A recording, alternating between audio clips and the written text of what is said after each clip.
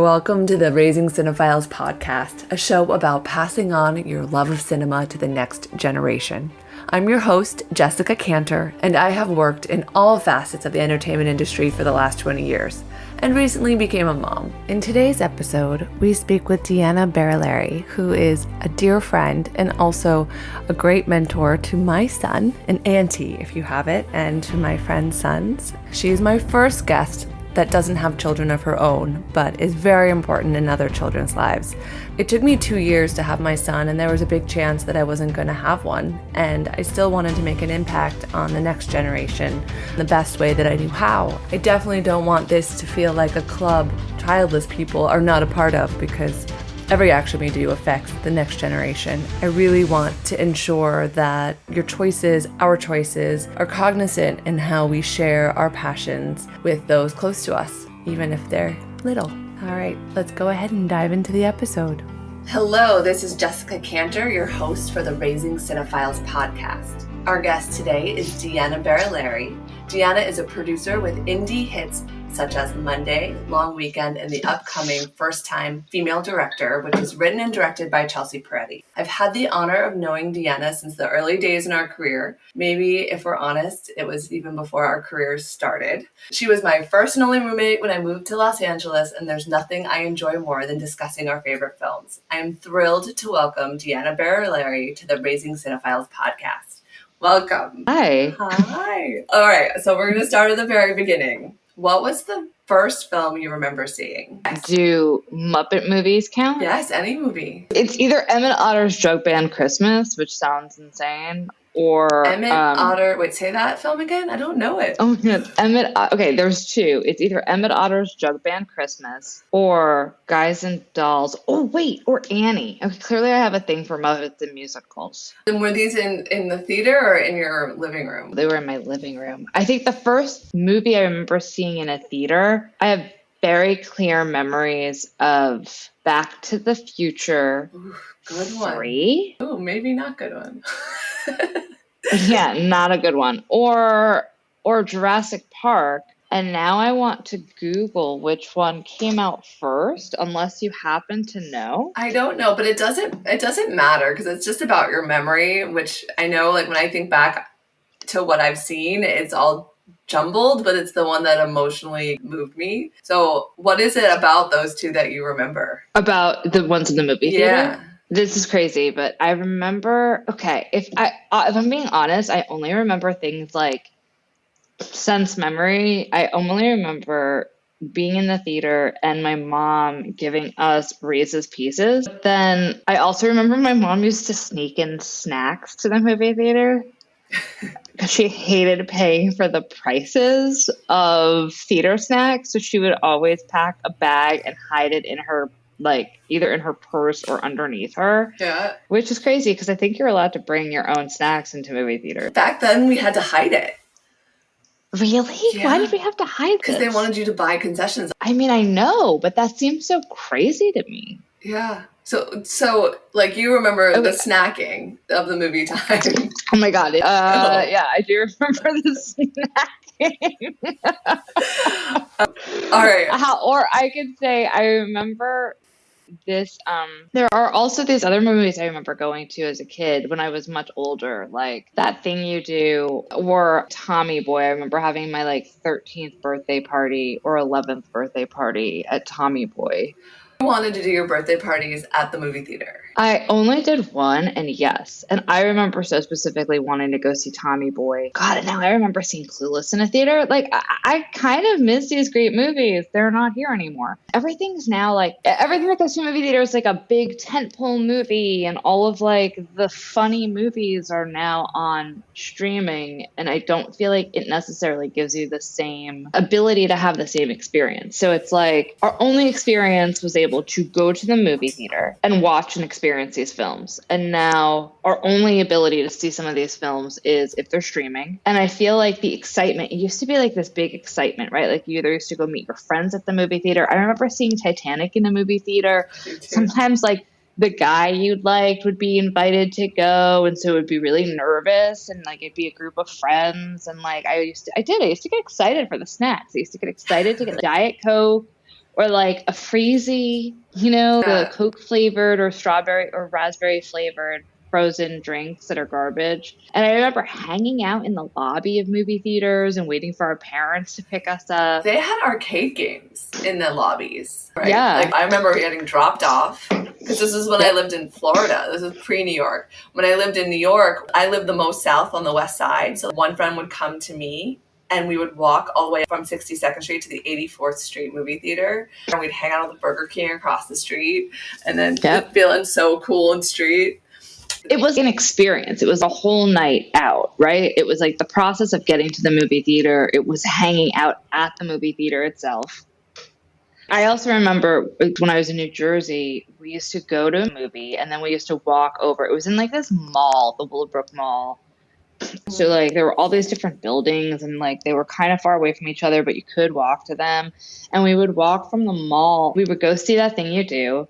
We would hang out in the lobby for a while, and then we would walk over to like a TGI Fridays and then go and sit and eat like, you know, like cookie pie or God, this is so crazy. I have such strong memories of food around movies. Did you have like inside jokes with your friends from the movies that you saw so that you kind of felt cool in school the next week? God, that's such a great question. And maybe I'm a loser because no, I don't think I did. You didn't? I don't remember that. Okay. I clearly only remember the food experiences and hanging in the lobbies. But I remember like walking out of the movies, going to the bathroom and like being really excited that I was going to miss something and like running back in. And I do remember this very specific instance when I left That Thing You Do feeling like I was flying and like walking on air because I loved that song so much that I could not stop thinking about it and singing it in my head. And I couldn't stop. I was so excited because I loved that song made me feel so alive. I tried to recently show it to the 20-year-olds who live below me. Mm-hmm. Like they're like 25 or whatever. And these chicks could not get into the movie. They were like, we don't get it. This doesn't hold up. And I was like, guys, this is killing me. What? I was like, wait for this part. Because there was this part where Steve Zahn's in the trailer and he's just like, they go in to sign their record deal. And he's just like, a man in a really nice camper is often put our song on the radio. You're signing. We're all signing. And I loved that moment. And I still to this day do. And I tried to like show it to these younger women and they just looked at me like I had four heads. They were like, this doesn't. What's that? Do you know what movies they like? No. I feel like they like Megan Thee Stallion videos, which are great, but not the same. Not the same. I know because we've spent some time watching movies together. We like movies with music as the subject. Love it. People are giving me a lot of flack for liking Daisy Jones and the Six right now, but I stand by it. I like it. I stand by it too. And I know you and I have had many a time where we watched and rewatched Almost Famous. Yes, and Nashville. Yes. Oh, okay. Let's go back in time again to little Deanna. And I can imagine you watching Annie for the first time and singing that nonstop. That did happen. And I know your love of the Muppets. And I just wanted to go back to what those films made you feel. This is going to sound crazy, but I feel like they made me feel understood and seen. And I am not an orphan, and I did not live in an orphanage, and I did not hide in piles of dirty laundry to escape places or go and live with Daddy Warbucks. But there was something that I loved about Annie that felt so escapist to me. I mean, I was pretty insane as a child. I would literally go in my parents' walk-in closet with blankets and sing Maybe, which is the opening song in Annie, where she's like lamenting about trying, she's daydreaming about what her parents might be like, her biological parents. And I used to go in my parents' walk-in closet and I used to pretend I was an orphan. And did your parents choose to show you those films, or was it like a babysitter put them on? No, it was my parents. My parents showed me Guys and Dolls, Singing in the Rain, Annie, Grease. I mean, I have videos of me as like 3 years old singing songs from the movie Guys and Dolls. Like, I loved these musicals so deeply, and I felt so comforted by them. And it was the same thing with the Muppets. Like, the Muppets had a lot of songs and a lot of, I think the Muppets were just such a band of misfits and outcasts that you literally could see any one of us represented in any given Muppet character. So like there was Kermit the leader, Miss Piggy the narcissist, and the diehard romantic, Gonzo the total outcast of the outcasts, and Fozzie who just wanted to be loved and like make people laugh, and you know, Bunsen and Honeydew, who were the scientists. I mean, it was so great. How about you? Like, what do you remember? I feel like, I mean, I haven't asked you what you remember. What I remember, my first movie theater experience was right before summer camp. Mom, I went to kind of late, no? Theater experience. We had to go to Fort Lauderdale to fly. So I would fly with the group to the Northeast, to Maine, because there was nobody coming from Fort Myers. And so I was like 8. And I was going away for 2 months, and didn't know any of the girls, and I was super nervous. And that night we went to see The Lion King in theaters, and and I remember Hakuna Matata, like, just it made me less nervous about the adventure I was about to go on. Right. They're all so cheesy answers from us, but like they make sense, and it's true. And I play the Muppets, the old Muppets show opening song for Miles, and he loves it. And doesn't quite watch screens. I mean, he's 15 months, but like he loves music, and it's so orchestrated and full. And I think some of these older shows, like the music is really, it makes you feel alive. It's thoughtful, and it's also not like, there's not to knock music that's created on iPads or keyboards or programs, but like there's something about the way a lot of that music is orchestrated, correct, and recorded and composed. It's like it really uses like a lot of different instruments, and it's authentic, it's really alive. It's real. Yeah. You work as a producer, and it's a journey to get there. Say the least. What was the first foray into entertainment for you? I mean, I wonder what your answer would be. I guess it would be acting, because that's what I did as a child. I did a lot of, shockingly, musical theater, tap dancing. I did ballet and all those other dance classes because I had to, but tap was the only dance I ever felt comfortable with. Singing, acting and doing all that stuff, I think was the first foray into, what was the question? Into entertainment. Into entertainment, yeah. I mean, it was even like watching those movies and like making videos of myself singing at like 3 or 4 years old, these songs, and acting them out. I loved that stuff. But then I guess after that, and after college, and after waiting too many tables in Times Square and realizing this is probably not going to work out, it would then have been making theater and having a nonprofit theater company in the city. And then using that to kind of figure out, oh, I like putting these things together and supporting the artists behind the scenes. It doesn't feel as vulnerable to be rejected, and I can champion these artists. And then that turned into me understanding that like producing was a thing, and then taking that and going to figure out whatever that meant, which I'm still trying to figure out, to be honest. I think it's a lifetime journey. Yeah, just to say the least. I had these memories, and I don't know if you have them too, of like going through the trailers of all these amazing movies coming to theaters and like marking the ones I had to see on opening day. Did you ever have that kind of obsession with going to the theater? I did not. All right, I'm just a weird one. No.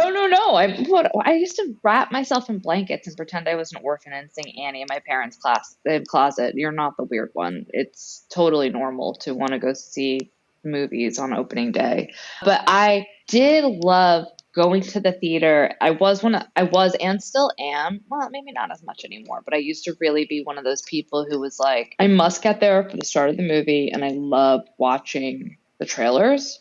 Because back then we didn't have internet, and we weren't able to see these trailers unless we went to the movies and watched the trailers. I feel like that was really cool. It was such a cool experience because, again, like, we can like look them up on our phone, on our like anywhere now, and we couldn't look them up anywhere back then. But what I do remember is going through a dirty newspaper every time I wanted to go see a movie, and the only time you could find times was if you'd have to get your hands dirty as big paper, the ink would come off on you, and then you would have to find your theater by county. At least this is what it was like in New Jersey. And then you would have to find the time. And yeah, that's how you found the time. You had to look in a newspaper. And if you didn't have a newspaper, you were shit out of luck and you had to drive to the theater and figure it out. So that was cool. And you couldn't buy tickets ahead of time. Mm-hmm. So like you had to get there earlier. You couldn't pick out a seat. Do you remember when you could do it on the phone, movie phone? Yeah, this is movie phone. You had to get in line and you had to buy tickets in line. So you had to get there early. You couldn't pick out a seat. So you had to get there early if you wanted a good seat and if you wanted to get a ticket. I mean, picking out a seat is still relatively new and not all theaters do it. No, but they used to. I remember coming to LA 11, 13 years ago, however long I've been here now, and being so annoyed. People made plans to go to the movies ahead of time. And that drove me nuts because there was something in New York or on the East Coast where like you couldn't pick a seat still in 2010. You couldn't pick a seat in New York. And Steve, even in 2015, I don't think you could pick a seat in New York. You used to show up, you used to call a friend and be like, what are you doing right now? You want to go see a movie? And when I got to LA and I was new here and I would be like, hey, do you want to go see a movie tonight? And they'd be like, oh God, like, no, I need a few days advance notice. And I was like, what? And they were like, we got to buy tickets. We got to pick out the seats. And I was just like, oh God, this is taking the spontaneity and what I love about going to the theater a little bit away. Because it's not, I just loved being able to pick at a moment's notice. I remember we would just go to the indie art house cinemas and just, something was always playing at the time that you got there. Yeah, I remember I was going to IFC. I think you took me to go see Zoe Lister-Jones and Daryl Wiens. I never know if I'm pronouncing his last name correctly. The first film that they did together, Breaking Upwards. Oh, I took you to that? Yeah. I don't remember why or what it was. I probably watched the trailer on like indie trailers. No, it was an event of some kind. I think it was like a premiere or some kind of screening. It was just some kind of screening. Like during the World of Assistanting. Oh my God. What was that company you started? Oh, Film News Briefs. Yes. I think it was around the time of Film News Briefs. And like everybody got my email in their inbox all the time. Yeah. I didn't even know it was their film that we went to see. I'm such fans of theirs. I kind of burnt out in the industry working as an assistant, and I started Film News Briefs, and every month I picked 4 filmmakers from YouTube and Vimeo before any execs even knew indie filmmakers were posting their shorts and stuff there, and I would reach out to them or online stalk them to make sure their emails were on my email so that the execs could reach out to them. And I would get calls from these filmmakers being like, oh my goodness, I have 6 meetings with agents because of including them in that newsletter. And that was like the most favorite thing I'd ever done. Are there any people that you remember that gave you that call or that email and that are now like Steven Spielberg? The Daniels? I remember that when the Daniels were at Sundance, I interviewed them. I love them.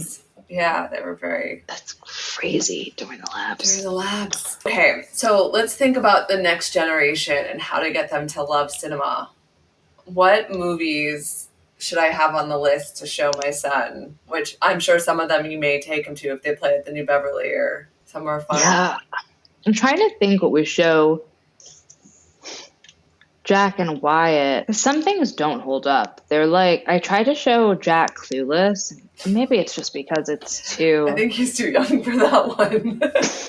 He was like, this movie sucks. And I was like, really? But oddly enough, he was obsessed with Footloose. Just for your listeners' context, Jack is an 9-year-old boy who lives across the hall from me and is essentially my nephew and is Jess and I's good friend Lily's son. And Lily is also going to be on the podcast. I'm recording her on Monday. So I would say Footloose, which is another musical with dancing. Yes. Even though it's not a musical, I actually retract that statement. It is a heavy music-based movie, but it is not a musical. Yeah. But it was then made into a Broadway musical. About like the kids having a voice and having agency in their town. Yes. It's about rising against the man, and it's about expression, it's a dance. It's about dance, and it's like, to me, it's the same thing as a musical. A dance movie is the same thing as a musical in the sense that it's just about expression. It's about living in a world.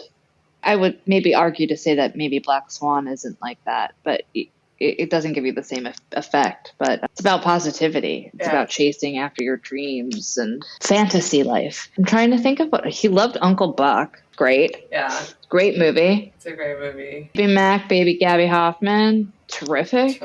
What other movie? Oh, oddly enough, Jack really, really loved Little Shop of Horrors, which I thought would be traumatizing. That's good. I loved that film. Like, loved it. Rick Moranis. Oh. So good. Steve Martin. Oh my gosh. As a dentist. Gas song. Terrified me. It's so good. Yeah, that's what I'm saying. I thought it would terrify him, but it didn't.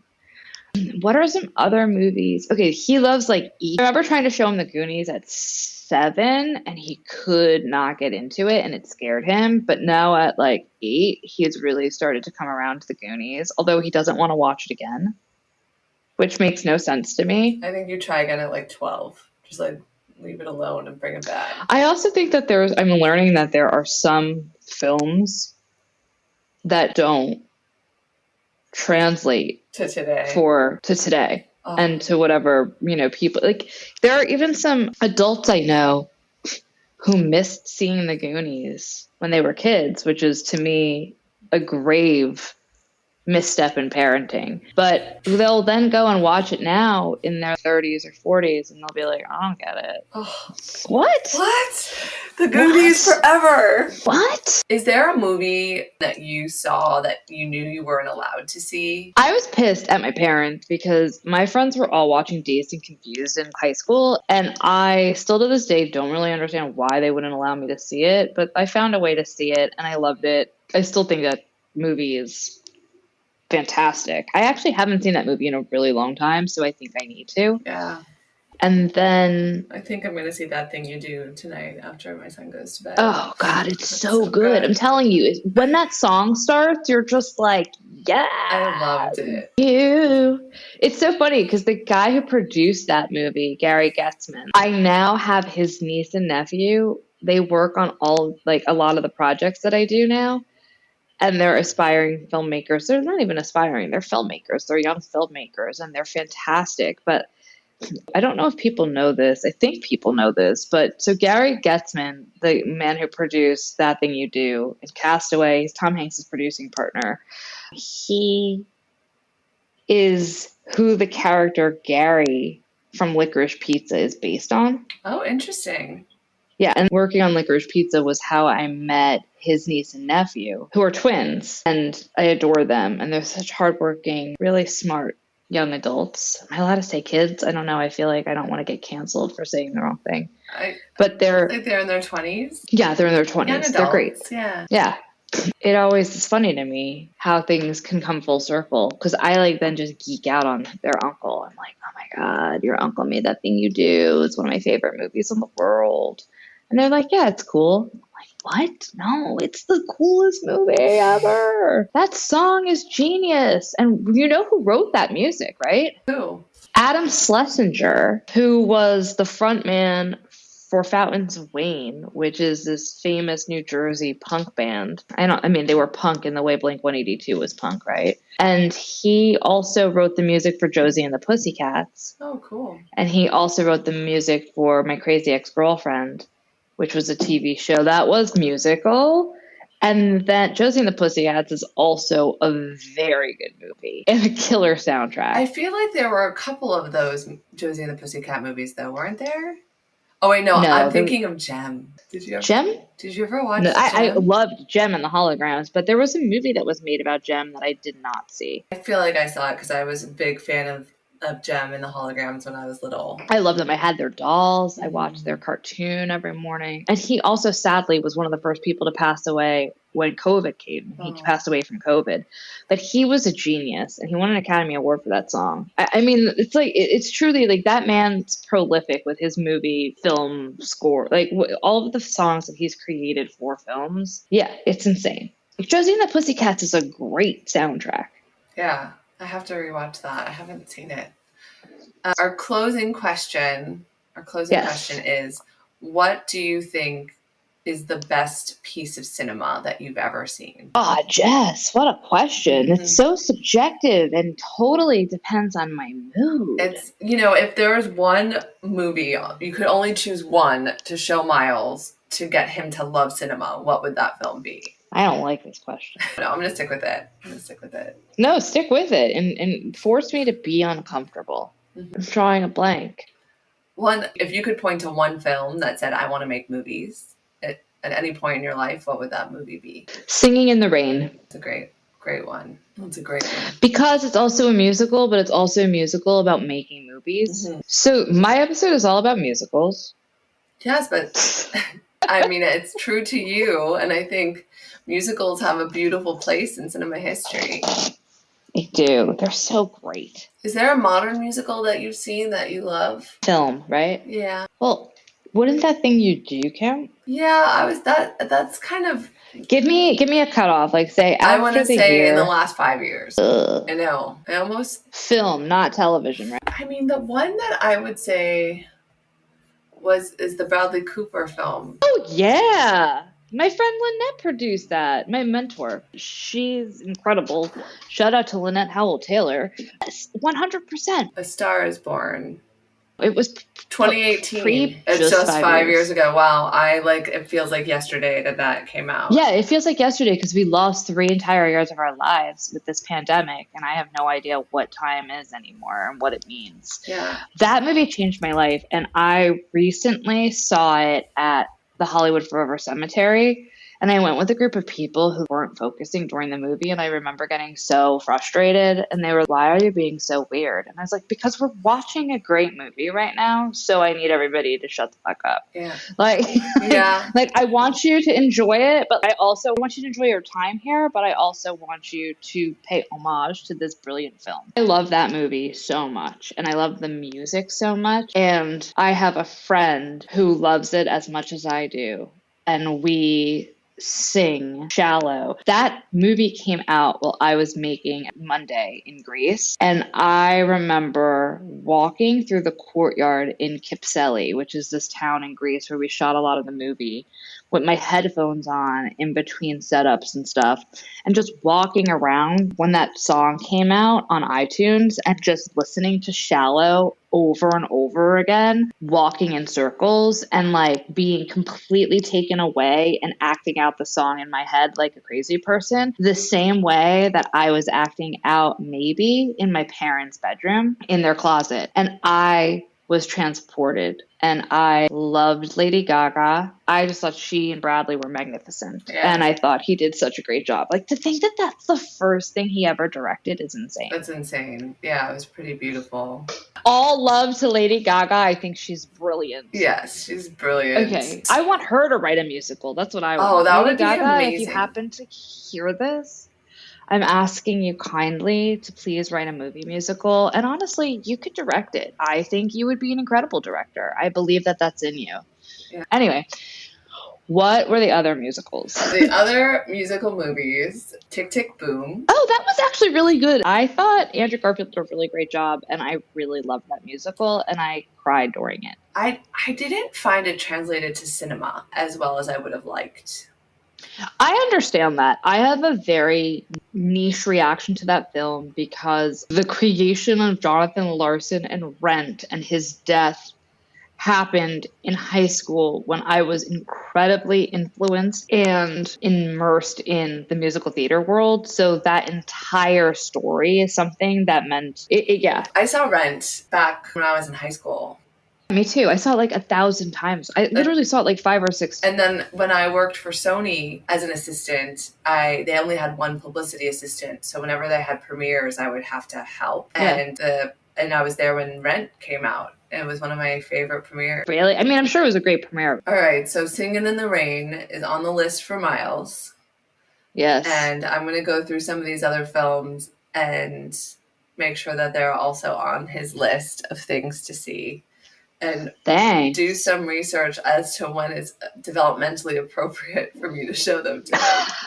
I don't know. I feel like I kind of hate that. I just wish I saw The Naked Gun when I was like, I don't know. I might be making this up, but 8 or some shit. Like, well, it's more like the violent stuff. Like the musicals, I'm less scared about, but like there's no violence in Singing in the Rain. No. Yeah. Or Emmett Otter's Drug Band Christmas. So go nuts on that. Yeah. Yeah, but to show Star is Born. Star is Born. No, that has violence. Bradley Cooper. It's pretty intense for a young mind to watch that. When he pees himself on stage, I cry. Yeah. Makes me so sad. Did you rewatch the Streisand Star is Born? There's a few originals. That's why I wanted to be. Like I said, there's a few originals. Here's a fun fact that everybody should know. Here's a fun cinephile fact, but I don't know if people clock it. In Licorice Pizza, a Paul Thomas Anderson film, Bradley Cooper plays John Peters, and John Peters was Barbra Streisand's boyfriend and producer of the Barbra Streisand A Star is Born.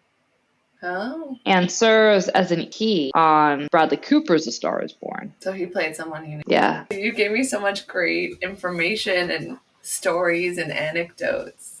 You're a podcast natural. Best of luck with this. Have fun. Thank you. If you enjoyed the conversation, please don't forget to like and subscribe. New episodes release every Wednesday. And leave a comment and let me know which movie you think I should show my son. Until next time, take care.